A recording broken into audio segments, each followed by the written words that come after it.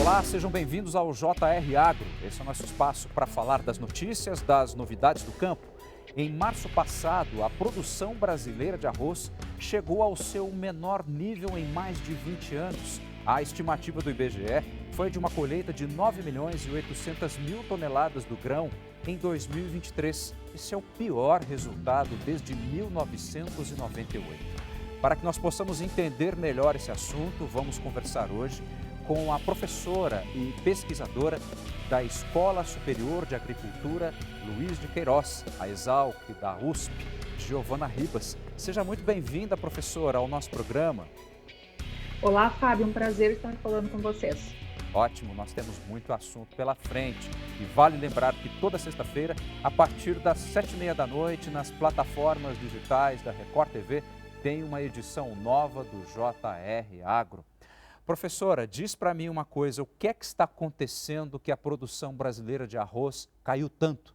O problema é a questão climática, né? Também, né? Então, a gente está passando principalmente a região sul, né? Que é onde se produz a maior parte do arroz que a gente tem hoje no país, pela terceira laninha consecutiva. E no momento que temos a laninha, né? Isso significa chuvas abaixo da média, né? Chuvas abaixo da normal climatológica. E isso, né, associado a alguns outros fatores que eu vou mencionar agora, acarretou aí nesse problema e nessa redução.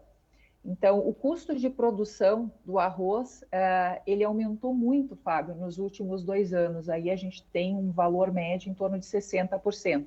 Né? E o arroz, diferentemente da soja, eu não consigo fixar preço futuro.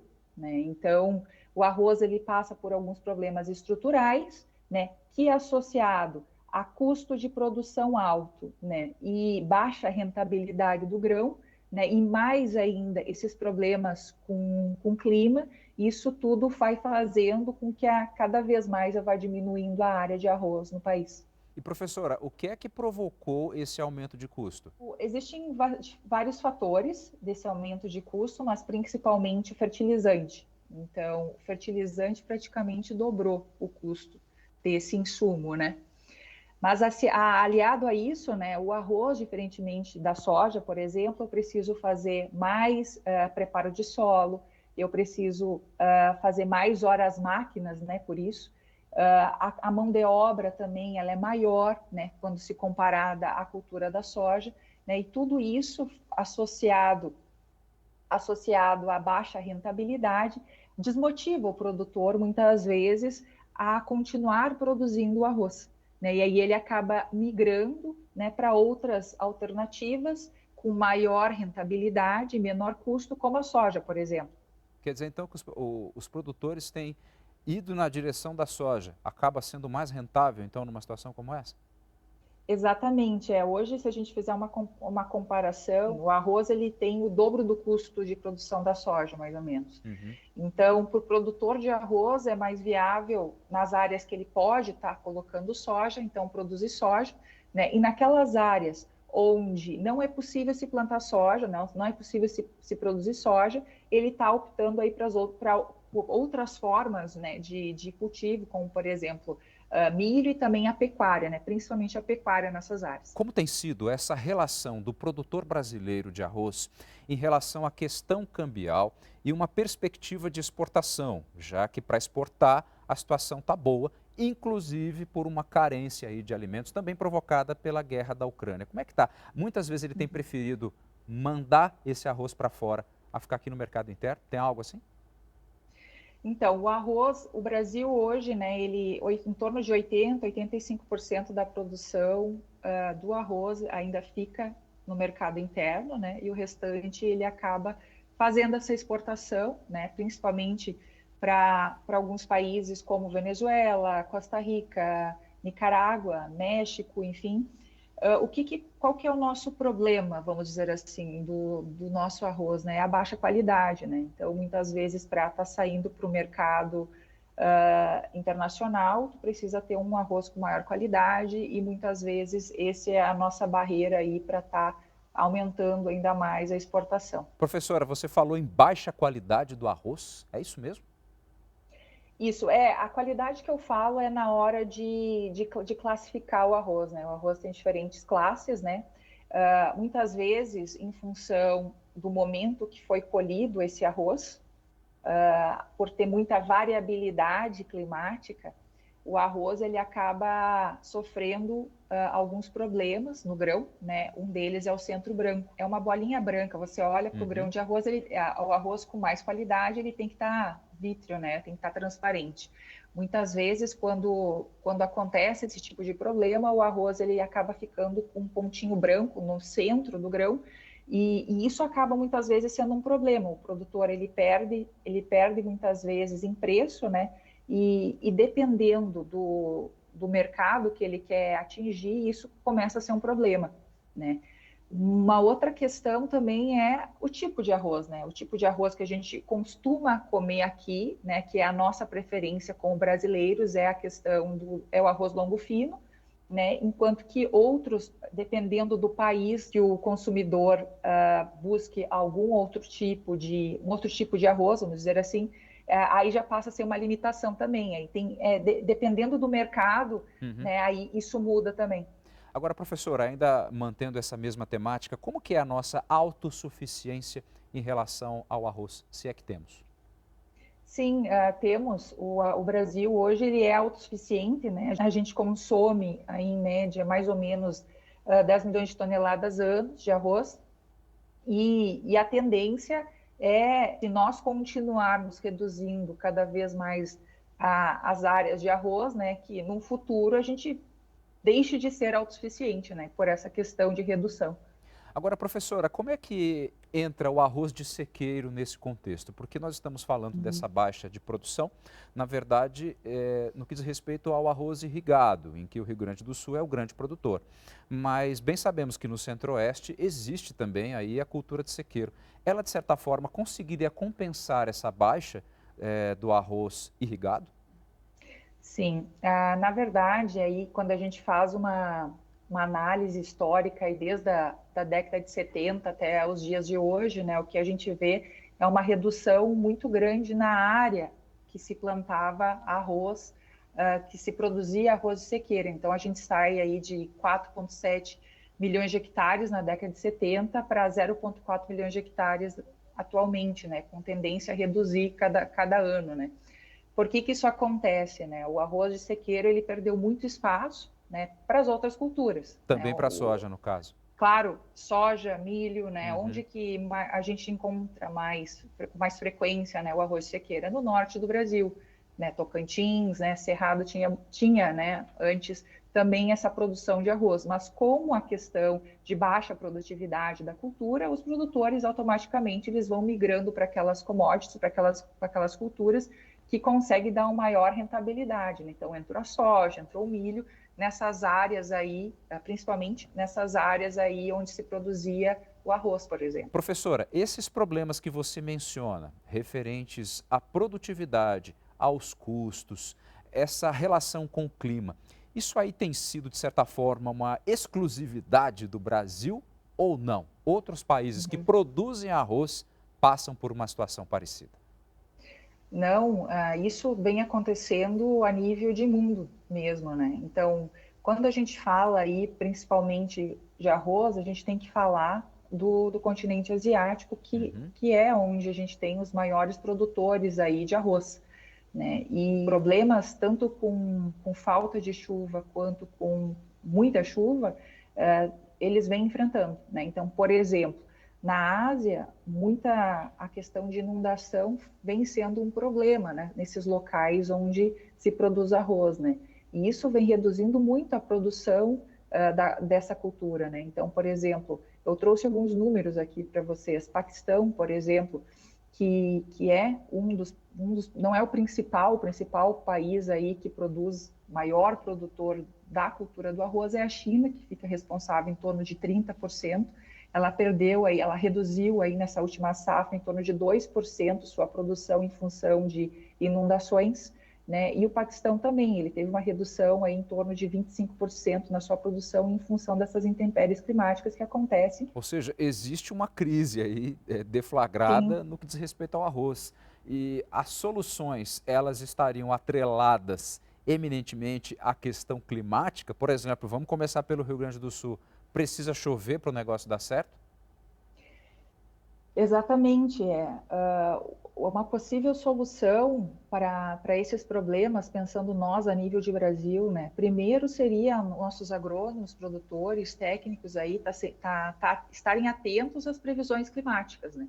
E em anos, por exemplo, de laninha, né, que é a chuva aí abaixo da média, eles vão precisar se preparar, né? Ou seja, talvez a opção seja substituir o arroz por uma cultura aí menos sensível à água, né? E isso seria uma alternativa, né? Outra seriam iniciativas públicas que permitam aí, ajudem, né, o produtor a conseguir guardar mais água, né? Ou então ajude ele a ter irrigação de alguma forma nessas áreas de produção de arroz para ajudar eles nos momentos aí com falta de chuva. Ô professora, você que é uma pesquisadora do assunto, conhece sobre o arroz, eu queria tentar fazer uma analogia com o que já aconteceu com a soja no passado. Soja até então não existia no Centro-Oeste com a facilidade que nós temos de décadas para cá.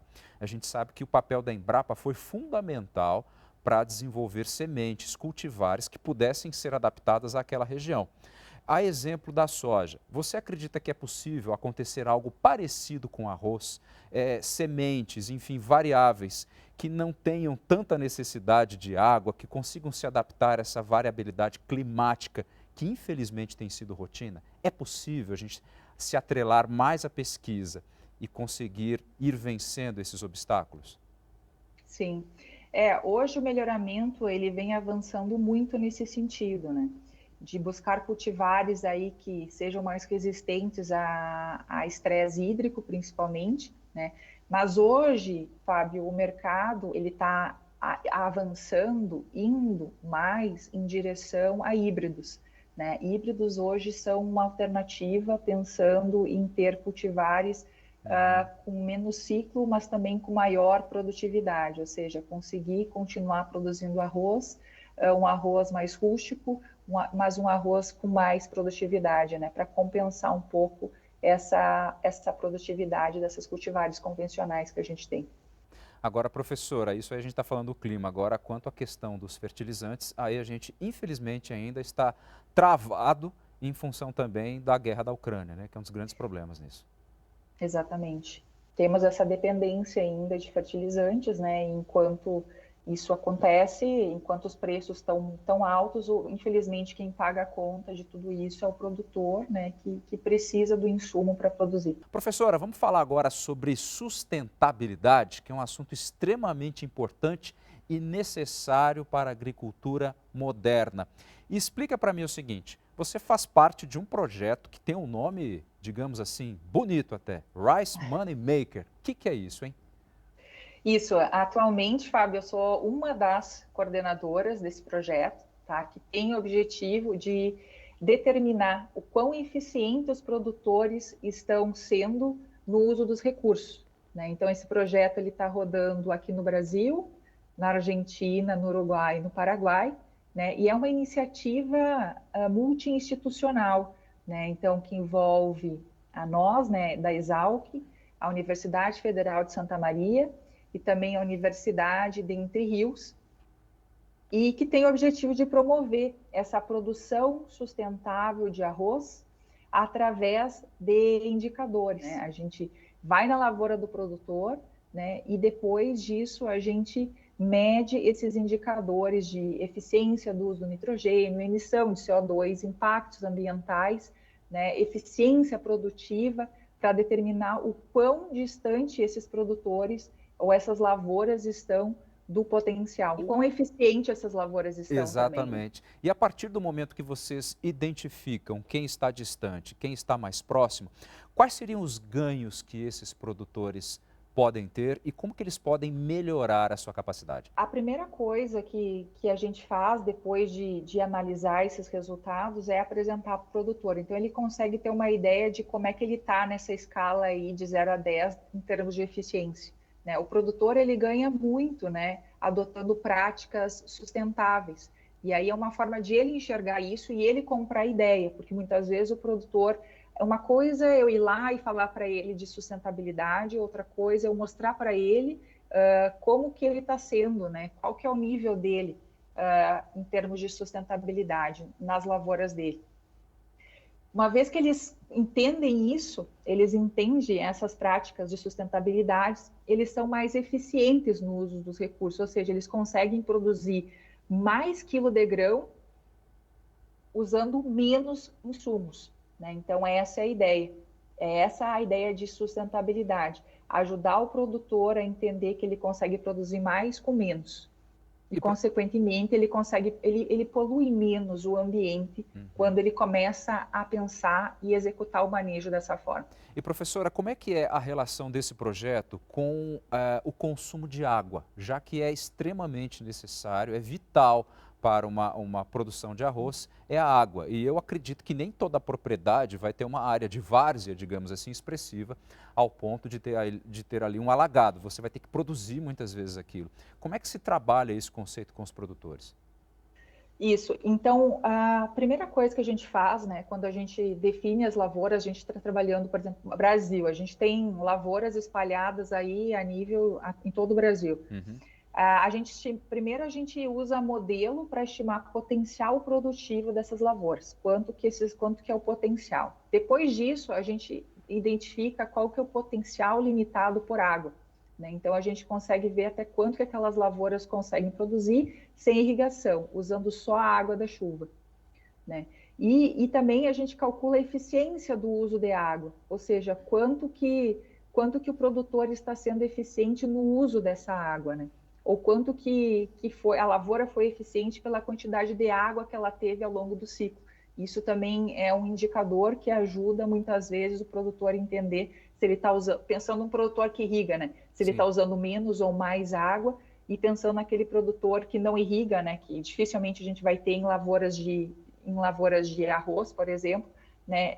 Mas sim sequeiro, né? Como é que está essa questão? Professora, como nós podemos entender a relação entre sustentabilidade, que vocês defendem e implantam por meio desse projeto, com produtividade? A partir do momento que um produtor torna-se mais sustentável, ele também se torna mais produtivo? Sim, na prática, a gente consegue produzir mais através da intensificação, que é preservar mais o meio ambiente, né? Então, no momento que o produtor ele consegue entender que ele pode ser sustentável, que ele pode produzir mais, né, sem impacto ambiental, ele começa a gostar disso, né? Ele começa a gastar menos por isso, porque a ideia desse campeonato, né, desse projeto é justamente essa. É mostrar para o produtor que ele pode ser sustentável, mas também mostrar para o produtor que gastando menos ele consegue produzir mais, consequentemente ele vai ganhar mais dinheiro e vai impactar menos o ambiente. Então, era isso que eu queria também, professora, te perguntar, que num ambiente, num momento em que a safra reduz, em que os custos aumentam, em que falta fertilizante, quando chega caro, trazer um projeto que não seja economicamente viável, ou seja, que não pese para o bolso do produtor, acho que aí já é o primeiro passo para essa conversa dar certo, né? Claro, né? A ideia é justamente essa, Fábio. A ideia é nós sair daquela receita de bolo, né? E realmente mostrar para o produtor que ele consegue ser eficiente se ele intensificar o sistema, ou seja, se ele realmente usar a quantidade certa que ele precisa usar, né? Se ele saber em que nível que ele está em termos de sustentabilidade com os inputs que ele está colocando, né? Na lavoura dele, e a partir daí ajudar ele a definir, a entender que ele pode ser sustentável e que ele pode ganhar dinheiro com isso, né? E, consequentemente, impactar menos o ambiente. Isso acaba sendo uma espécie de selo de qualidade para quem fica bem posicionado nesse ranking? Exatamente, a gente costuma classificar, né, e dar selos de acordo com o grau de sustentabilidade dele, né, para ele entender em que nível que ele está, exatamente. Agora, como é que vocês estão prevendo, já que no começo da nossa conversa você falou de 3 anos de laninha e a partir daí começa a desandar e a ficar complicada essa situação do arroz. Como é que vocês estão prevendo já para a próxima safra? O que se espera já tem um cenário, pelo menos climatológico, mais favorável a isso? A previsão que a gente tem, pelo menos até o momento, é que nós vamos ter um El Niño, né? Algo assim, então nós vamos ter um pouco mais de chuva esse ano. Aí entra novamente um pouco que a gente conversou anteriormente, né? Precisamos todos ficar em alerta, no sentido de entender qual que é a previsão climatológica, né, para a safra, ir acompanhando essa previsão. No caso de mudança, né, ter alternativas, ou seja, mudar talvez o arroz por uma soja ou por um outro cultivo que exija menos água, né? E no caso de ter água disponível, aí sim se planejar para encher barragens, para encher açudes, reservatórios de água, para evitar problemas aí, para ter alternativas, né? Quando um ano atípico acontecer novamente. Então, mais ou menos essa é a ideia. Agora fica difícil também, né, professora? Porque se numa situação complicada como essa tem sido, se os produtores começam a sair do arroz e vão para outros cultivos, para nós, consumidores inclusive, começa a faltar produto, começa a ficar mais caro, ou seja, esse nó fica sempre apertado, né? É o risco que a gente vai acabar correndo, né?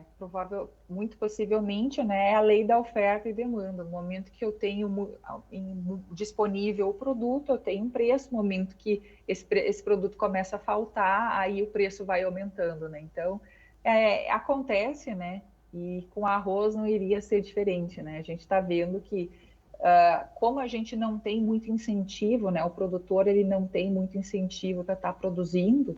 Muitas vezes ele acaba sendo obrigado a migrar para outras culturas, mesmo que ele tenha sempre produzido arroz, né? E aí o negócio do arroz é bem interessante, porque geralmente vem de família, né? Então o bisavô plantava, o pai planta, hoje eu planto também. Então o produtor de arroz realmente ele é apaixonado pela cultura, pela prática, né? E muitas vezes ele é obrigado a sair dela para a sobrevivência, né? Para poder ter renda, né? Para poder ter que diversificar, né? E muitas vezes é um caminho sem volta, né? Porque muda muito a questão de maquinário, né? De preparo de área, e aí aos poucos, cada vez menos, a gente vai vendo áreas que sempre foram arroz, ou que se praticava muito arroz, se produzia muito arroz, sendo plantado soja ou outras culturas, como pecuária, por exemplo. Professora, para a gente encerrar a nossa conversa, quais seriam esses incentivos, na verdade, para que o produtor de arroz ele conseguisse juntar sustentabilidade com viabilidade econômica e não ficasse só preso, talvez, com todo respeito, à tradição da produção? Isso. Primeiro, o produtor ele precisaria, novamente, aí eu volto com o que a gente já comentou anteriormente, né? Ele precisa estar atento ao clima, né? E aí também, num segundo momento, a gente precisa ter iniciativas públicas, né, que dê segurança para o produtor, para que ele consiga focar em ser eficiente e, ao mesmo tempo, ter sustentabilidade. E aí, novamente, né, eu trago esse projeto Rice Moneymaker, né, que é o que a gente vem buscando muito fazer com os produtores, né, ajudar ele a entender e colocar na prática que ele consegue ser sustentável e também consegue ter altas produtividades e mostrar para ele que isso é possível. Tá ok. Professora Giovana Ribas, da Exalc, muitíssimo obrigado pelas suas informações. Foi um prazer conversar contigo e boa sorte aí no seu trabalho, viu, nessa jornada em favor do arroz. Prazer foi todo meu, Fábio. Um abração a todos. Muitíssimo obrigado. E o JR Agro vai ficando por aqui. Lembrando que toda sexta-feira, a partir das 7h30 da noite, tem uma edição nova do programa nas plataformas digitais da Record TV. Muitíssimo obrigado pela sua companhia e até o próximo programa.